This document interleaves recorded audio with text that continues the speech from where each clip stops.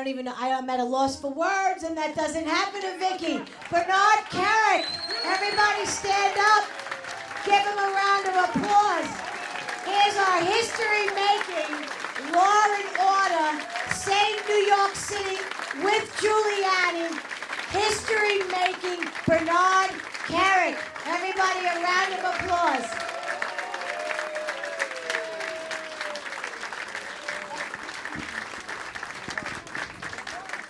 Thank you. I want her like on my side. First, I want to thank the group for the invitation to be here.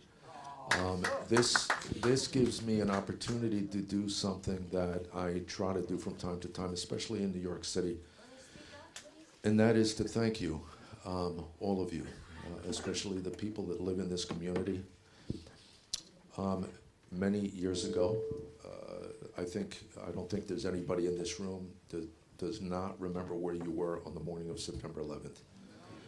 On that morning, I was in my office when the first plane hit Tower 1. My chief of staff came in and told me that a plane had just struck the tower. I didn't think anything of it. I thought it was an accident. I thought it was a small plane. I looked at a television above the treadmill in the back of my office. I had been working out, and I saw the damage to the building. It didn't look like a small plane. I called the mayor. I told the mayor I would meet him at the command center downtown, which was in 7 World Trade. He agreed. I went downtown. I was there within 7 or 8 minutes. As I pulled up onto Vesey Street off of West Broadway, there were a bunch of cops there.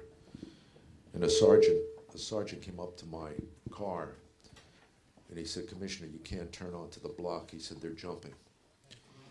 And I didn't know what he was talking about, and I stepped out of the car and I looked up at the damage to the building. I looked at the debris coming down from the building. And as I watched that debris, I realized as it got closer to the ground, it was not debris, it was bodies. 1, 2, 3 at a time.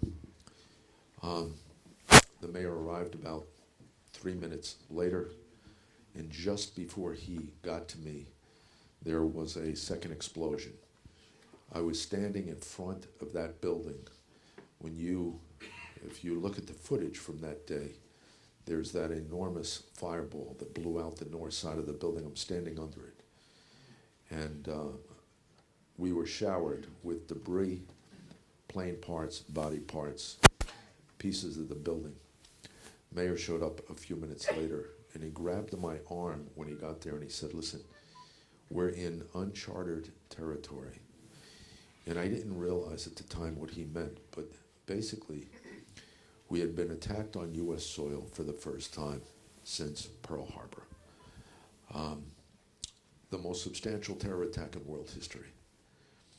Over the next 24 hours, I had 20,000 cops at Ground Zero. We had about 10,000 firemen. We had about 7,000 correction officers. We had federal agencies, state agencies. But we had something else that a lot of times goes unsaid, and people didn't realize. We had you. We had people in the communities that came down not knowing where they were going, not knowing what they were going for. They just came downtown and wanted to volunteer.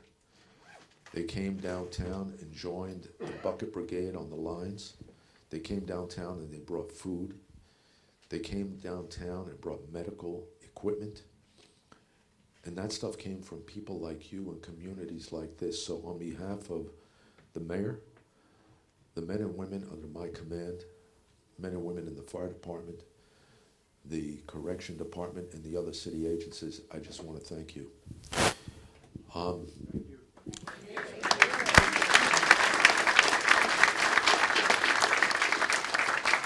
So I asked Robert what he wanted me to talk about this evening, and he says, "Whatever you want."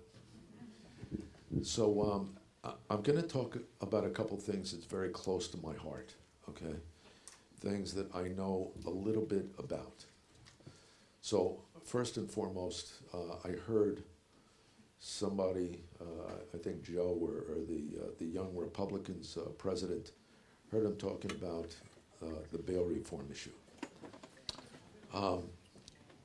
The bail reform legislation was sheer stupidity from the beginning.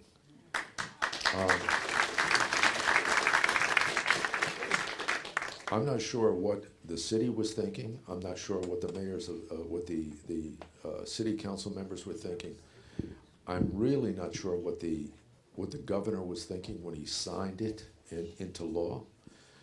But you have to be a complete moron not to realize or think that there's going to be problems when bad guys that belong in jail, should be held in jail, are not held accountable. I mean, it's common sense. So I'm not sure what they were thinking.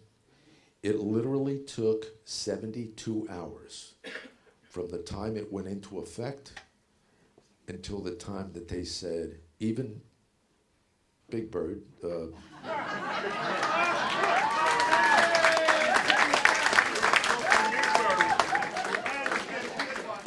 Blasio, don't laugh. I got that from Bodito, and it kind of stuck. Even for Mayor de Blasio to turn around and say, okay, maybe this was the wrong move. Yes, it was the wrong move. And there's a bunch of other wrong moves that have been made over the last several years. So I'm gonna, dozens, maybe hundreds. I'm gonna mention one that's very close to me, and that was the closing down of Rikers. So I don't know how many of you know this. Before I was the New York City Police Commissioner, I ran Rikers Island for 6 years. When I took over Rikers as the first deputy commissioner in 1995, we averaged 150 stabbings and slashings per month. We brought in 133,000 admissions into the system per year. It was the largest, most violent jail system in the entire country. 6 years from the time I took over and I was appointed New York City's police commissioner, that month we had one incident, not 150. We reduced inmate-on-inmate violence, slashings and stabbings by 93%. We reduced overtime spending. We reduced overtime spending by close to 60%. Assaults on staff by 40%. We increased weapon searches by 80%. We increased weapon seizures by 75%. We took one of the worst jail systems in the United States and turned it into an international model for efficiency, accountability, and safety. And I became the police commissioner. Rudy Giuliani and I left office in 2002. And from 2002 on, I'm not exactly sure what happened, whose idea it was, but every program that we had put in place to reduce violence, to create a more efficient system, to create a safer system, to give the inmates and the staff things they needed, somebody diminished or eliminated those programs to the point that Rikers was as violent as it was when I was there, when I took over, and they only had half the inmates. So my chief of staff at the time, his name was John Picciano, he lived out here somewhere. He now lives in Florida. And every day, as we've seen all these problems arise in Rikers, he would call me up. He'd be walking on the beach somewhere, and he would video it. And he'd say, listen, I was thinking, could you imagine, now my daily population at Rikers at the time was 22,000. That's how many inmates we had in the system per day, every day. Now, they have 9,000, 8,500, 10,000. So John texts me, or he sends me a video, and he says, hey, can you imagine we had 9,000 inmates? He said, we'd be like on vacation. He said, we could do that like part-time. But here's the problem. When you eliminate programs that work, even with 9,000 inmates, you can't do the job. So the mayor made a decision. He's going to basically close Rikers. He's going to fix the problem. He's going to close Rikers. That was his strategy. So let me tell you why that strategy doesn't work. And I guess I can use, there's a lot of business owners in here, right? Anybody own a restaurant? Have a restaurant, work in a restaurant? You have businesses, right? You have your own business. So I want you to think about this in this context. Imagine if you have your own business. You run that business. And you have a manager, he doesn't do his job. You have people that work in the business, they don't do their job. You have sales staff, they're failing. You have staff that clean up the business, they don't do a good job. The business is going in the tank, right? So what do?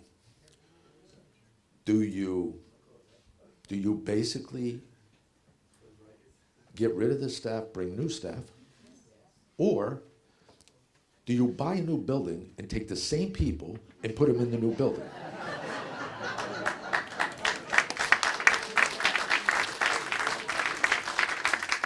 So in the Department of Correction today, there's violence, there's mismanagement, there's corruption. There's stuff that I didn't even have to deal with when I took over Rikers. That's how bad it is. And the mayor's strategy was, you know what we're going to do? We're going to basically close Rikers, and we're going to take 12,000 prisoners, and we're going to put them in the four boroughs. We're only going to put them in the 4 boroughs because the 5th borough, Staten Island, was smart, and they said, oh no, we're not taking one. So you're going to take a 3,000 bed facility and put it in each borough. Now, let me tell you how this works. How many of you have been downtown, in downtown Manhattan, and you've seen the tombs, the Manhattan House of Detention, okay? Well, the Manhattan House of Detention is an 800-bed facility. 800 beds. You see the size of it? You need 3 of those in Queens. You need 3 of those in Brooklyn, 3 in the Bronx, and 3 in Manhattan. Okay, what communities are they going in? Mayor says he's going to put the worst of the worst inmates in there. Okay, do I want those inmates in my backyard? No. Okay. When there's a problem in a borough facility, like if he did this, if there's a problem, if there's a riot, if there's any major problem with the inmates in the system, where's the help coming from? Because you can't extract staff out of the other institutions.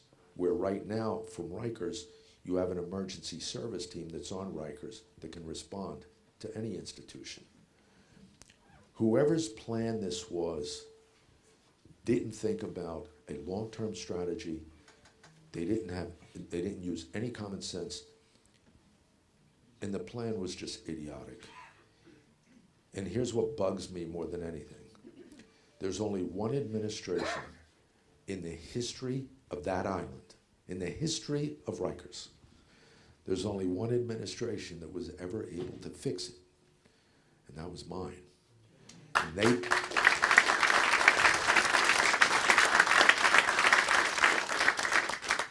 And they did not talk to one person that was ever involved in the change in Rikers.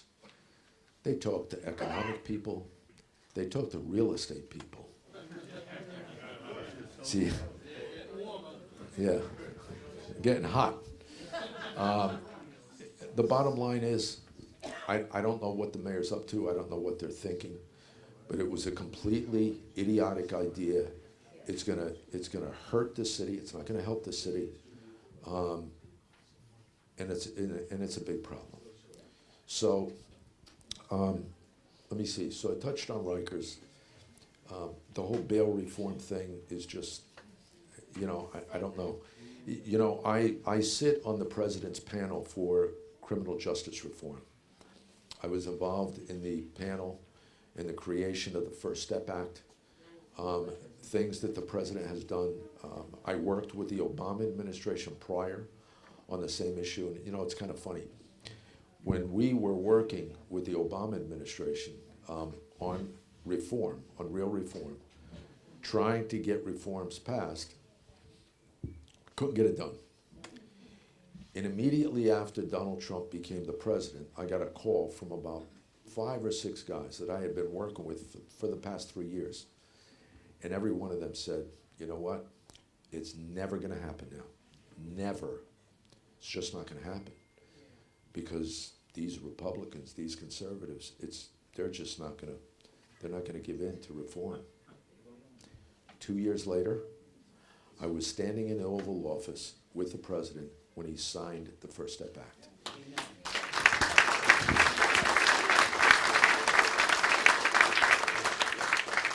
And here's what that means to me. The First Step Act is a small part of a bigger process and a bigger program on criminal justice reform. Criminal justice reform has to happen in this country. And I'll tell you why from my own personal perspective, and I think the people in this audience, you may remember, I too, just as General Flynn, Roger Stone, and many others, I was targeted by this government. I had a nanny that I paid cash to. And Rudy Giuliani, unfortunately for me, announced he was running for president, and when he did, all hell broke loose, and 5 years later, I wound up being sent to federal prison. When I went to prison, I'll tell you, I honestly thought that I knew the criminal justice system. I ran the largest police department in the United States. I ran the largest jail system, and I did it really well. I had phenomenal stats. And then I went into the system and I realized very quickly, we're putting people in prison that don't belong in prison. We're locking people up and turning them into criminals for civil violations, for administrative violations, for regulatory violations. I met commercial fishermen that caught too many fish. I mean, the things that I witnessed personally, if you witnessed them, if you saw them, if you saw what I saw, there would be outrage and there would be change. But unfortunately, the American people, they don't get to see that end of the system. Fake media. So what are we doing today? We're taking guys, and I'll give you a case. It's just happened yesterday. There's a case in Miami. Really came out of Dallas, but the guy lives in Miami. He's a Spanish guy by the name of Rich Mendez. Rich Mendez is a music producer, a very successful music producer. About 11 years ago, he got involved in a company, and the company was doing, I forget what the hell, what are these, the real, not real estate, but when you rent timeshares. It was a timeshare thing. So a year and a half into this company, he realizes that the guys he's working with, they're scamming people. So he gets out, and he basically tells his guys, look, everybody that got hit with this $1,300 or $1,500 surcharge, we're going to pay them back their money. He pays everybody back. Everybody. Everybody. He pays them all back. 4 years later, the state of Florida comes in to investigate. They conduct an investigation. They go to him. He cooperates. They decline to prosecute. The feds come in behind them. They talk to him. They investigate. He cooperates. They decline to prosecute him. Then all of a sudden, now there's a prosecutor in Dallas because there was a mailbox used in Dallas for the same case. There's an overzealous prosecutor that goes forward and moves forward with charges. Yesterday was the 7th, right? Yeah. Yesterday afternoon at 2 p.m., Rich Mendez walked into a federal prison for the next 5 years. He paid his restitution. He paid every dime. He cooperated with every investigation. But what do? We turn him into a criminal. We give him a black eye for the rest of his life. Okay? So that's what we do to a guy that really, that case should have been handled civilly. Shouldn't have been handled criminally. It was a civil issue. And really, it wasn't even a civil issue because he already handled it. He took care of it. And then we come to cities like New York City, and you have a group of young people that goes out and they bash and beat a Jewish person in Brooklyn. And we lock them up, and the judge lets them out. And within 24 hours, they get locked up again for the same kind of attack. And within 24 hours, they get locked up again the third time for the same type of attack. So I have two questions. Why is Rich Mendez sitting in prison, in jail, and these people are not? That's number one.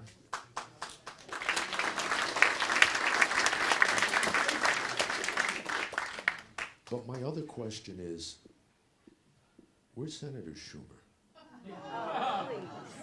Where's Pelosi? Where's Nadler? Where's Elliot Engel out of the Bronx? Where are they? They're busy in Washington in a big circle jerk in this impeachment scam. And I mean a scam.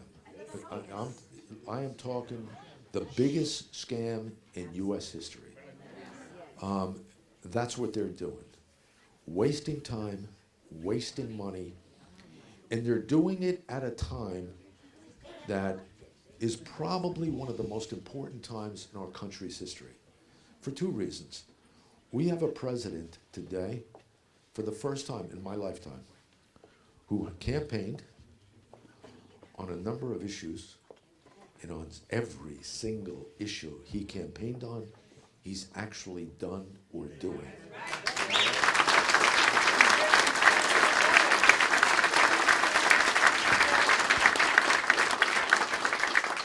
We have a president that, you know, as much as this cliche, and I mean, historically it was a cliche, you know, America first. It was a nice, it sounds good.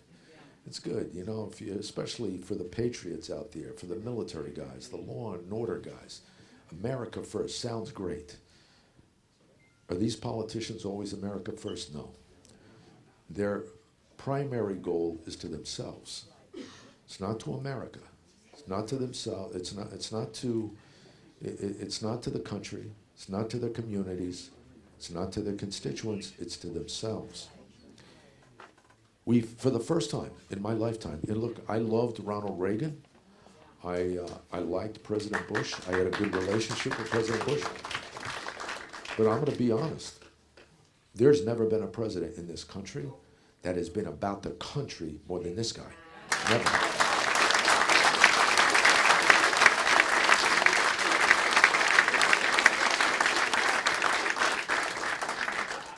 So while the Democrats are in Washington, in fantasy world, this guy is battling terrorism. And when I say terrorism, you know, I heard the president of the Young Republicans talking about Soleimani. Yeah, and I'm going to tell you, there's a couple other things about my background you may not know. A lot of people relate me to New York City and being police commissioner. What you may not know is that from 1978 to 1980, and from 1982 to 1984, long before anyone knew anything about the Middle East, I lived and I worked in Saudi Arabia. In 1978, I had just gotten out of Fort Bragg, and there were a number of special operators, special forces guys that called me up, and they wanted me to go to Saudi Arabia to work on a security project for the royal family. And I remember going home. My father lived in New Jersey, and I went out to New Jersey. I lived right outside Fort Bragg in North Carolina, and I came home. And I went to my father and I said, "Hey, Dad, I'm going to Saudi Arabia."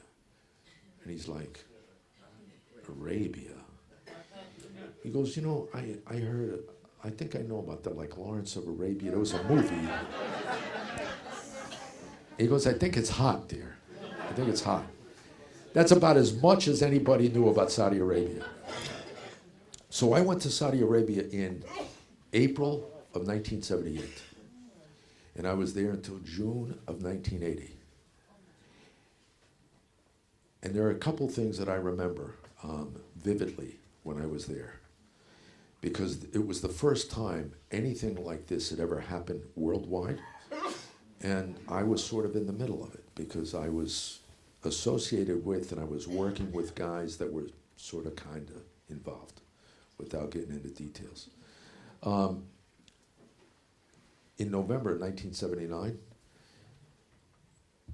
the embassy in Tehran was taken over.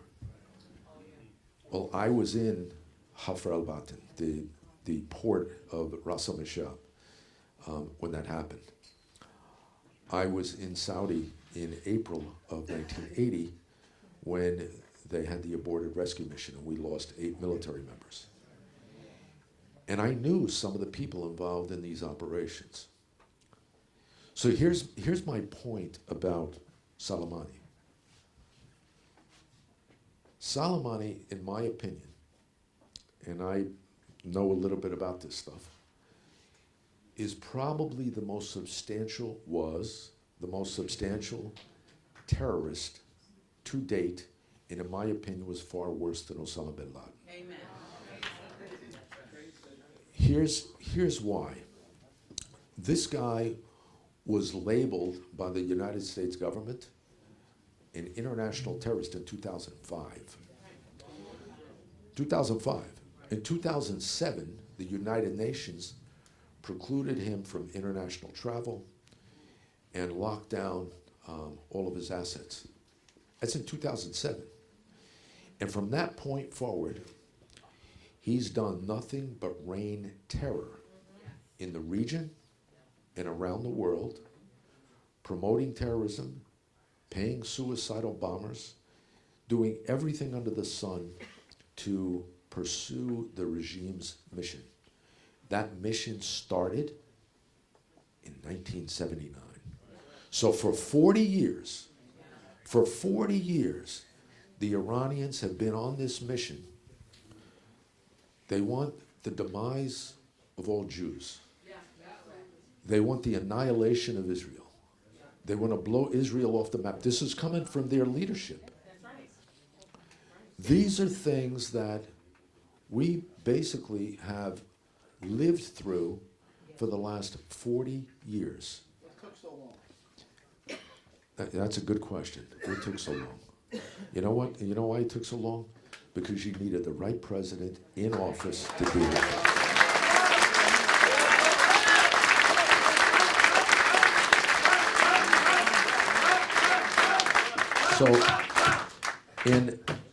So I left Saudi in 1980. I got to witness the embassy, the hostages leave the embassy right after President Reagan got into office, like within hours. Why? Because he told them, just like Donald Trump said the other day. Ronald Reagan said, "You've got 24 hours from the time I take over. Otherwise, we're coming to get them. And I don't care what you do." So they let them go. I then came to New York City, and I worked in a number of different jobs. But after I left New York City, a lot of you may not know that I actually took over the interior of Iraq. I was appointed as the interim minister of interior of Iraq in 2003. And I was nominated for Homeland in 2004. Then I was under investigation. And then in the middle of the investigation, I get a call from a very close friend who was in Jordan. And he said, "The king of Jordan wants to have dinner with you." And I said, "Oh, is he here?" He said, "No, he's in Amman, Jordan." I said, when am I having dinner with him? He said, tomorrow. I said, okay. So I got on a plane at midnight, and by the next afternoon, around 5 o'clock, I landed in Amman. We had dinner that night, and for the next 5 years, I worked for His Majesty, the King of Jordan. I built their National Crisis Management Center. I also built their super maximum security prison to hold all these Al-Qaeda radicals. I worked for the Sheikh of Dubai, Mohammed bin Rashid, and his wife, Haya. So I've lived and worked in the Middle East for over 10 years. There's never been a threat. Never been a threat. I don't care about al-Baghdadi. I don't care about,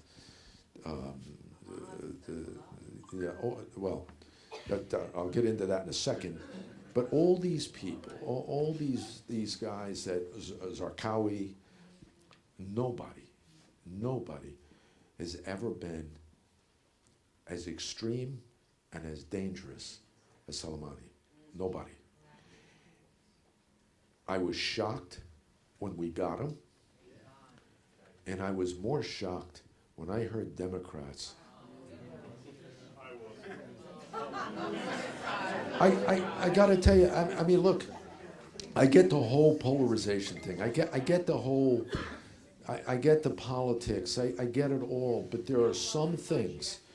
There's some things that you have to unite around. Look, and this is a true story. What I'm going to tell you, it's kind of funny. It's a true story. When you think of unity, I think a lot of you will remember, September 14th, 2001, President Bush came to New York City, came to Ground Zero. Against my wishes, I might add.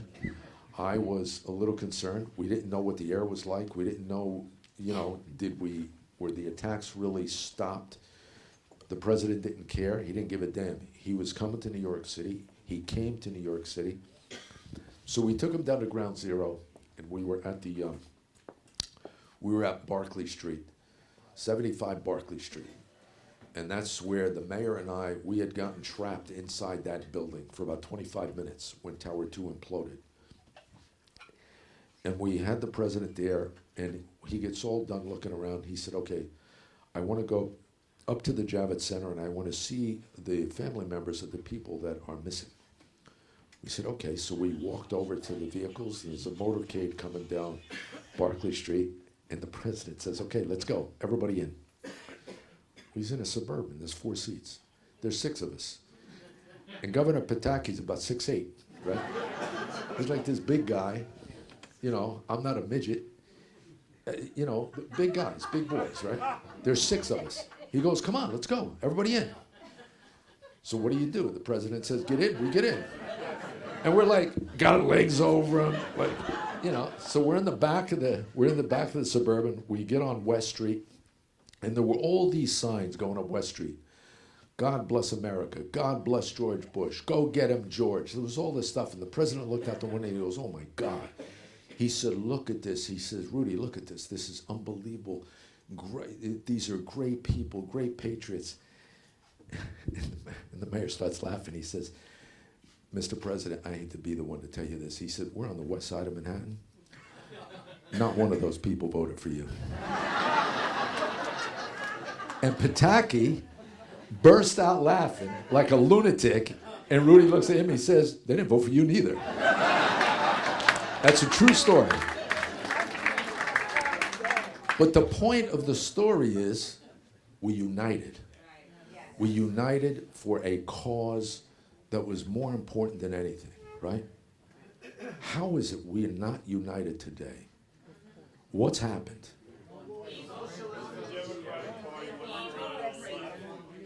Right before, and it is socialism, right before Mayor Koch died, I had a conversation with him, and he told me, the Democratic Party as it stands today is not the party that I once joined.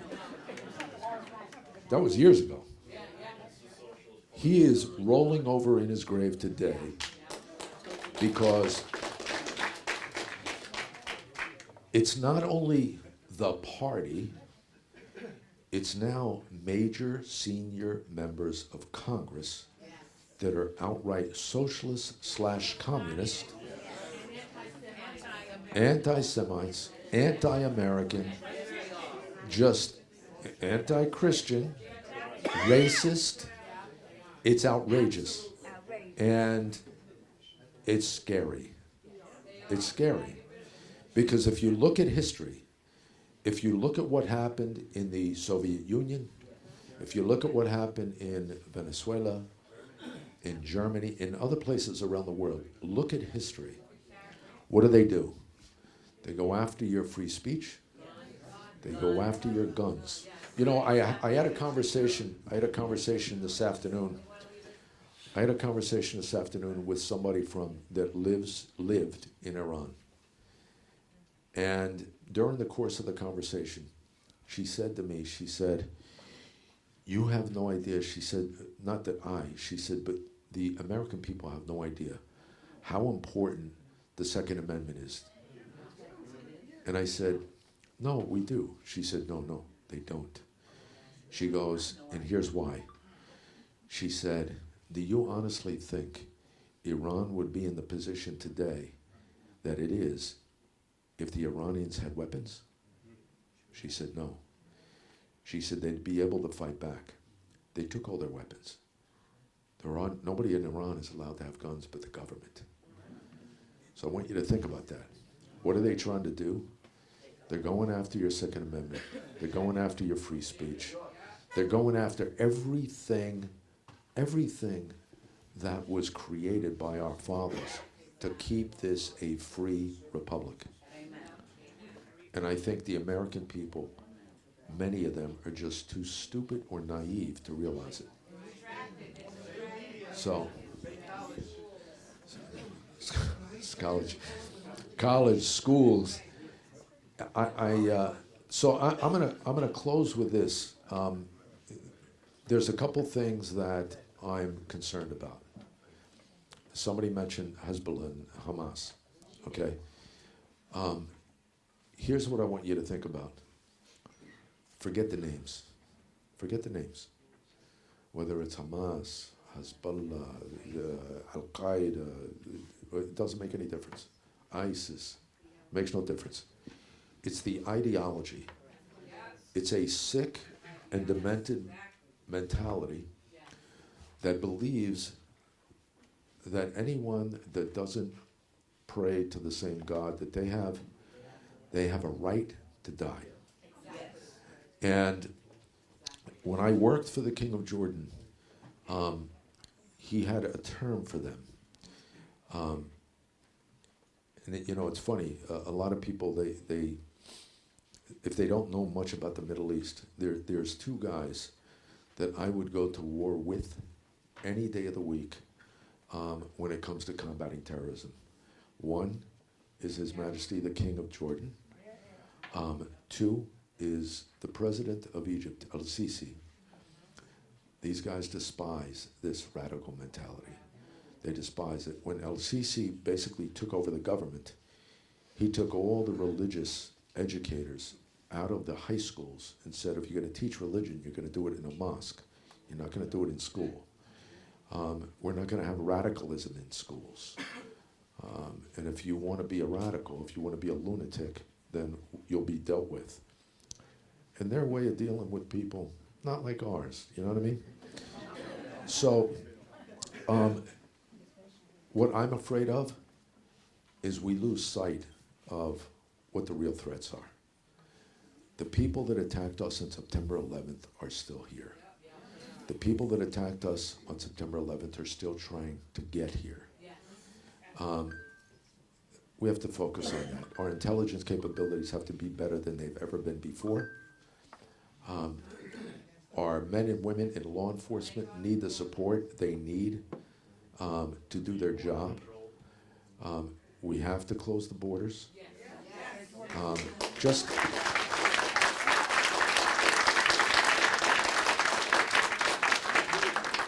If there's ever a doubt in your mind that we're not doing the right thing, jump on a plane and go to San Francisco. I went to San Francisco, and this is absolutely 100% true. I went to San Francisco. I was checking into a major, major hotel, and they had a big stack of documents, papers on the desk. And when I checked in, and they give you your key, they reached over, they took that paper, and they handed it to me. And you know what it said? We apologize for the surrounding area of this hotel, for the needles, the condoms, the thing, the this, the that, feces in the street. Like they apologize for it. My question is, why aren't you doing something about it? Because I promise you, if Rudy Giuliani was the mayor of San Francisco, that would not be happening. You know, I'll give you a couple personal anecdotes. I was co-hosting Joe Piscopo's radio show a couple months ago, and I had to walk up Wall Street to get to the studio. At 5:30 in the morning, I counted 19 homeless people around the New York Stock Exchange. One of the most historic, one of the most revered buildings in this city. 19 homeless people. Giuliani would have like an outer body experience, right? If that happened. And this is true. What I'm going to tell you is true. When he was the mayor, my first call in the morning with the mayor was around 6. My last call with the mayor was between midnight and 2. And my first call was at 6. So there wasn't much sleeping. But he called me one night and he said, listen, I just came down the FDR Drive. I got off at 96th Street to go over to Gracie Mansion. And there's a homeless guy, there's a panhandler out in the street. He's stopping cars on 96th and the FDR Drive. I said, okay, I got it. One guy, one. I call the 19th precinct. Well, I don't call somebody. I get one of my guys. They call the 19th. They said, hey, there's a guy there. Get rid of this guy. Okay, fine. 2 weeks later, mayor calls, hey, remember that guy I told you? He's there again. I said, okay. So now I get on the phone personally. I call the borough commander and I said, listen, you got to get rid of this guy. Like, what's the problem? A week later, mayor calls, he's livid. It's like 1 o'clock in the morning. I said, okay, I got it. I get up. I call my detail, the bodyguards for the PC, you know, there's a process, but they wind up staying in the local precinct on their nights to work. So I called my guys, I said, get the car, come get me. I called the chief of patrol, the borough commander, and the precinct commander, and the chief of department to meet me at 96th and the FDR Drive. So I called them all down. I got there at 2 o'clock a.m. They all showed up, had no conception of what was going on. And I said, listen, it's the third time the mayor's called about this guy that keeps hanging out here, harassing people in cars. So here's what's going to happen. I told the precinct commander, I said, listen, here's what's going to happen. If I get another call, I said, you see that corner? There's like a triangle corner on that corner. Right? I said, you see that corner? I said, every day at 8 a.m., you're going to come here. There's going to be a van there. That's going to be your office. You're not going to go to the precinct. You're going to come to your office. And when you're not in your office, somebody else is going to be there until I stop getting calls. So if I get one more call, that's it. You're moving, you're packing up and moving. Any questions? No, sir. Okay, I left. I never got another call. Anyway.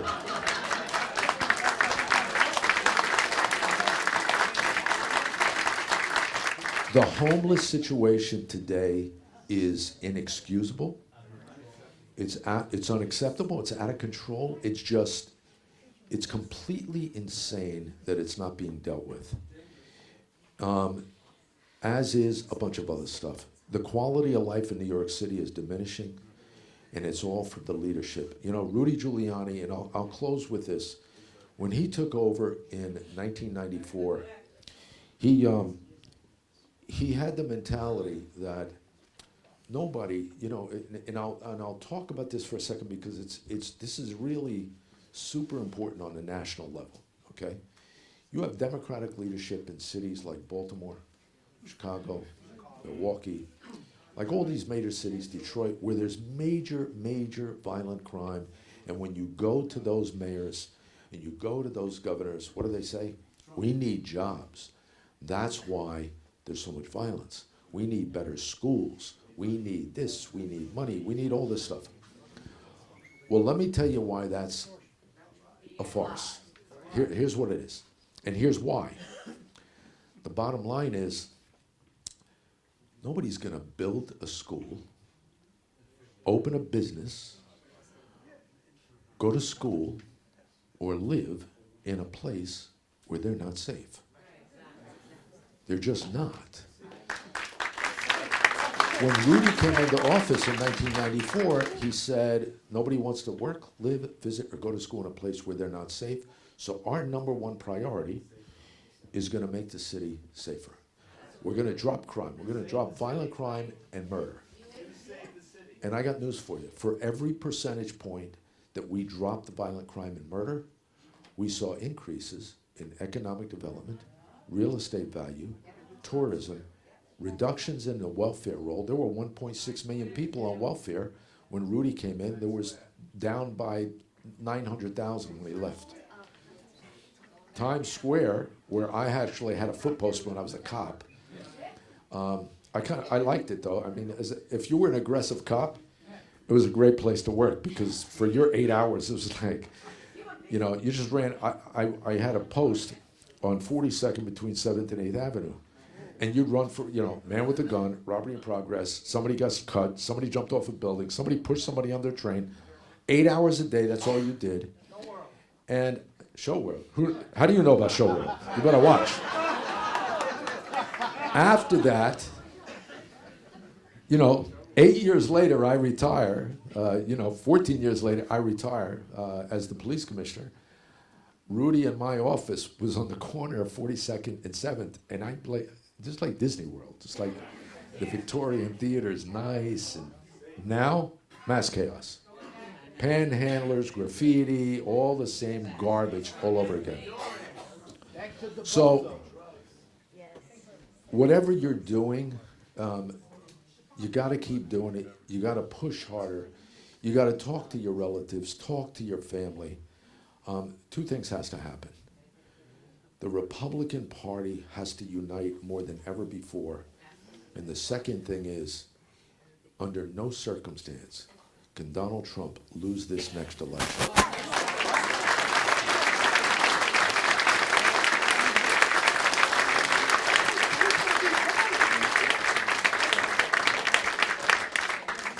Keep doing what you're doing. I thank you for what you're doing. I thank you guys for the invitation to be here. Thank you.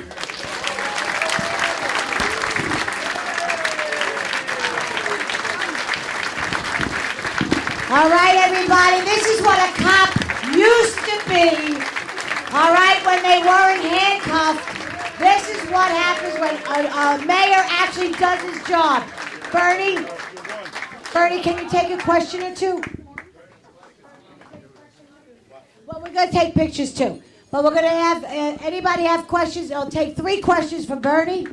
Okay, because we're running kind of late. Steve. Get rid of the No, I just don't want to go in your way. Hold on, guys. Always respected the FBI, professional intelligence agencies, law enforcement, local and nationwide. I think after these hoaxes, the Russia hoax, the Ukraine hoax, can we as Americans have any faith in our national law enforcement? Is there press in here? Okay. All right. On a very serious note, let me say this. I will honestly say, you know, I've seen rogue investigators. I've seen, you know, at the state and federal level, the local level, but never in my lifetime, in my entire life, and I've been doing this 35 years. Never in my lifetime would I have believed that we would have seen the highest positions in the FBI and the Department of Justice lying, corrupt, doing things that for anyone else, you would be in prison. They're trying to put Mike Flynn in prison, and God forbid, he just, I don't know if you followed this, just the other day, they went back to the court, the government went back to the court and said that they now believe he should go to prison. No, they said for 6 months. He should get 6 months in prison because he had the audacity to challenge their case. So here's what I want you to think about. God forbid that you have the audacity to exercise your constitutional rights. There's extra punishment. That's insane. And to your answer, the only thing I could say right now, I have an enormous amount of respect for Bill Barr. I've known him a long time. There's a couple attorneys general that I think have been the best in my lifetime. Mike Mukasey was one of them, and Bill Barr is another. Bill Barr's back in the position, and I know, based on what he has said personally and publicly, that he is appalled by some of the stuff that has happened, whether it was the FBI or the Justice Department, and I'm praying to God that he fixes it, because if he does not, we'll never be in a position to trust those agencies again, never. Yes, sir. Thank you, sir. I was a police officer from 1990 to 2018. And I want to thank you very much, because I probably would have left the police department because it was a disaster under Dinkins, okay? The big question I want to ask is, two things. One, we went from zero tolerance to zero enforcement. And are you going to run for office so you can get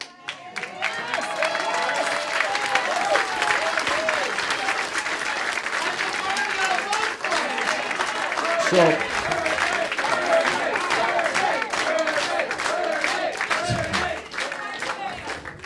you're wasting your breath. I have 4 kids, and I'm very proud of them. I have a 45-year-old. I have a 34-year-old who's actually a 34-year-old that's a cop in Newark, New Jersey. He's a detective in Newark. Yes. Yeah, for those of you that don't know, a couple of weeks ago they had that incident in Jersey City where they killed the Jews in the market. My son was one of the 3 detectives that shot and killed them.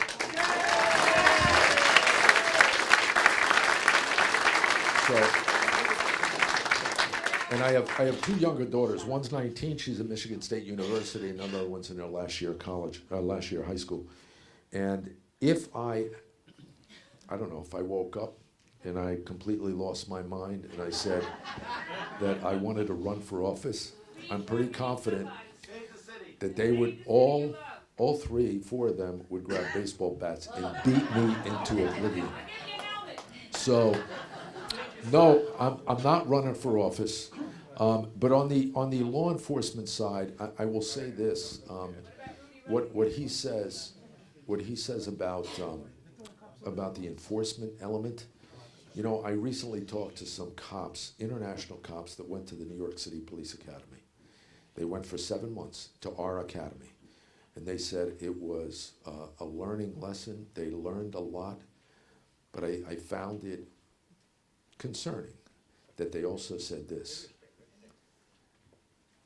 They said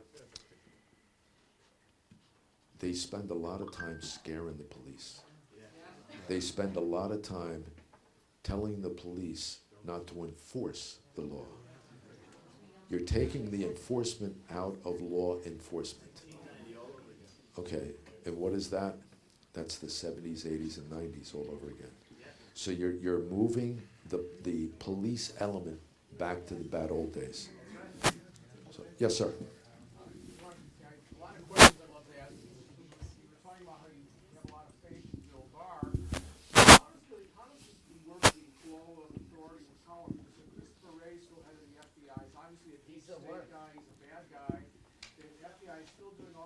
swirly stuff. And, we hear Sean Hannity say that it's only a few bad people at the top, and all the local FBI guys are fine. But from what I understand, that's not really true because you have people like Peter Strzok was put in charge of HR for a while in the FBI. So they're going to bring other bad people in, right? So what's really going on there? Who's really in charge, and how can Bill Barr make changes? I think what Bill Barr has to do is he has to do sort of what Rudy Giuliani did in New York City. You have to create an office, sort of like Comstat, but within the Department of Justice. There has to be accountability. There has to be constant checks. When the element of political and selective prosecutions, it's got to stop. It's got to stop.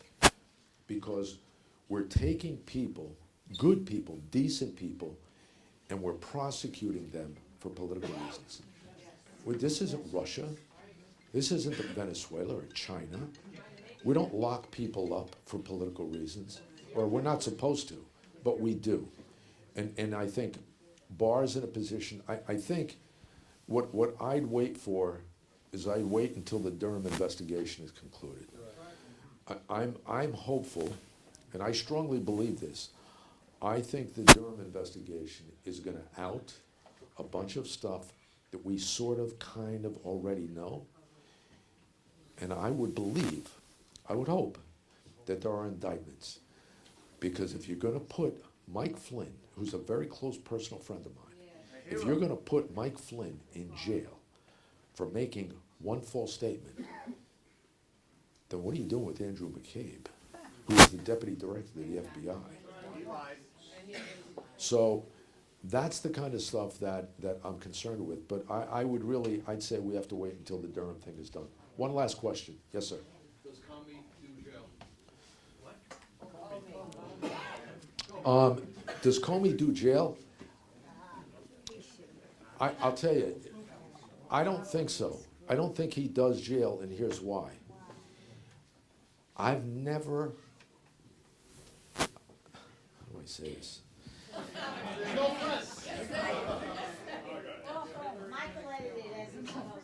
He's such a bullshit artist, and he's so smooth that he talks these people into circles, and I think he did this throughout his tenure.